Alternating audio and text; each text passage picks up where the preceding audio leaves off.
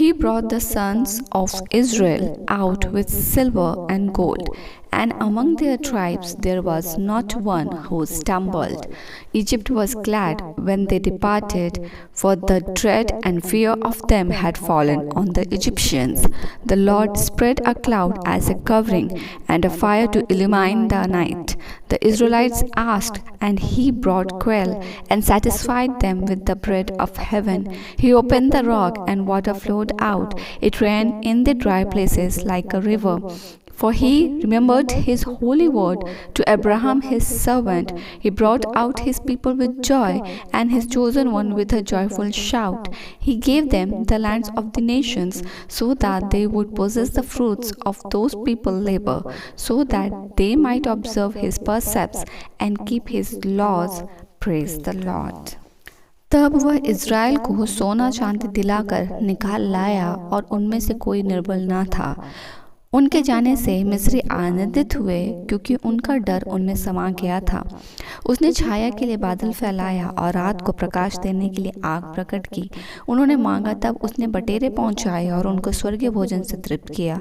उसने चट्टान फाड़ी, तब पानी बह निकला और निर्जल भूमि पर नदी बहने लगी, क्योंकि उसने अपने पवित्र वचन और अपने दास अब्राहम को स्मरण किया।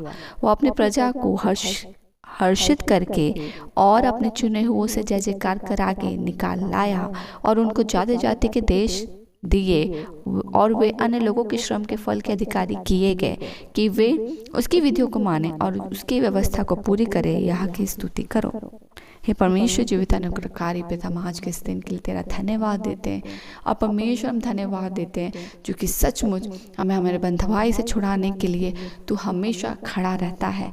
सालों सालों का एग्जाइल्स होता है परमेश्वर, चाहे वो फियर का हो, कन्फ्यूजन का हो, डाउट का हो।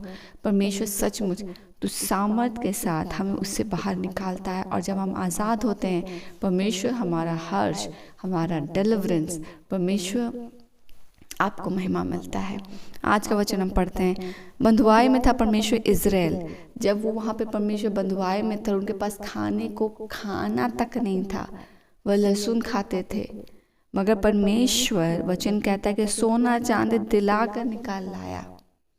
ना कि सिर्फ इज़राइल उस मिस्र से बाहर निकले, वहाँ का सोना और चांदी लेके वो बाहर निकले।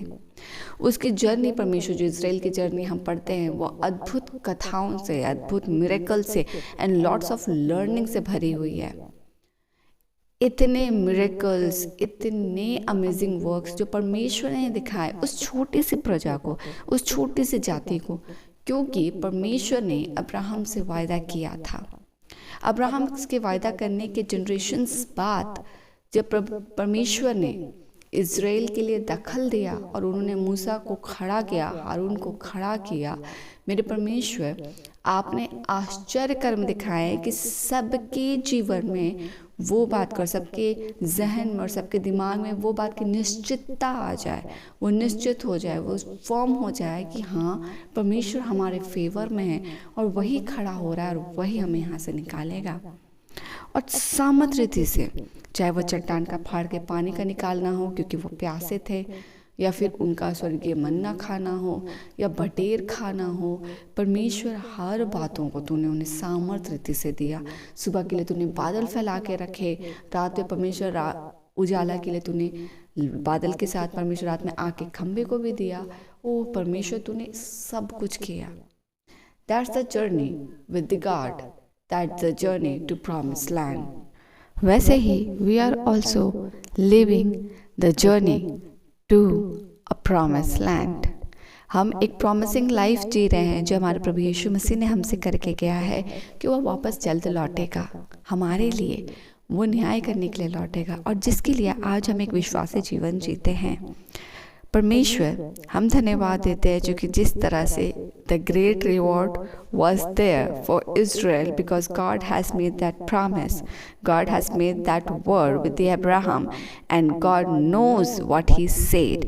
He keeps his words, he remembers his word, and for that he completes everything what he says. And he completed in Old Testament also that he promised to Abraham a promised land, and he provided it to the people of Israel. परमेश्वर, और सिर्फ यही नहीं, जो कल तक वहाँ बंधुआई में थे, आज उन्हें परमेश्वर सामर्थ्य डिक्लेयर करता है। क्योंकि वो सामर्थ्य थे? नहीं, क्योंकि परमेश्वर उनके पक्ष में खड़ा था। और परमेश्वर हम धन्यवाद देते हैं क्योंकि सचमुच आपने उनके लिए ग्रेट रिवॉर्ड्स को रखा जो उस प्रॉमिसिंग लैंड में था। And the one thing which people did was obey करना और फेथ रखना। ये दो चीज़ था जो परमेश्वर इजराइलाइट्स को करना था। एक, अपने परमेश्वर पे विश्वास रखना और उसकी सारी आज्ञा को मानना। The two thing was there to make that journey possible। आज भी हमारे विश्वासी जीवन में हमें विश्वास रखना और परमेश्वर की आज्ञा मानना आवश्यक है for keeping that promise life what Jesus has made with us, कि वो जल्द आएगा। वो जाने को पाए कि जिस आशीष के बारे में आप अभी बतलाते हैं पिता, और आज जो हम अपने जीवन में देख पाते हैं, हम उसके लिए और हमारे जीवन में आपके होने के लिए हम आपको धन्यवाद देते हैं। क्योंकि कुछ भाग आपके अनुग्रह और आशीष का ऐसा है पिता जो हम खुद से अपने जीवन में नहीं कमा सकते थे, पर आपने अनुग्रह से दिया है। और हम जानते हैं कि परमेश्वर विश्वासी का जीवन न्याय के बाद भी खूबसूरत ही है, because the great reward is there for faithful people. हमारा जीवन आपके लिए ग्रहण योग्य हो और इस वचन के प्रकाशन से हम और ज़्यादा परिपक्व हों, हम और ज़्यादा फोकस्ड हो, हम और ज़्यादा फॉरगिविंग हार्ट रखें, हम और ज़्यादा काइंड हार्ट रखें, हम और ज़्यादा receiving heart for God's word रखें, फेथफुल हो और हमारा फेथ और स्ट्रॉन्ग हो यीशु में, और हमारे जीवन के गवाही से आपको महिमा मिले। आज के दिन को यीशु के नाम से आशीषित ठहराते हैं पिता, और हर एक के लिए आशीषित ठहराते हैं। जो घर में रहते हैं वो भी सुरक्षित और आशीषित रहे, जो घर से बाहर निकल रहे वो भी आशीषित और सुरक्षित रहे। और हम परमेश्वर आज आपकी ब्लेसिंग्स के, आपके चंगाई के, आपके होने के गवाह ठहरे। रात्रि के बेला में सुरक्षा देने के लिए धन्यवाद पिता। आज का दिन भी यीशु में आशीषित हो। धन्यवाद के साथ सभी प्रार्थना को मांगते हैं। अनुग्रह सुनिए, स्व के राज में ग्रहण कीजिए यीशु के नाम से, आमीन।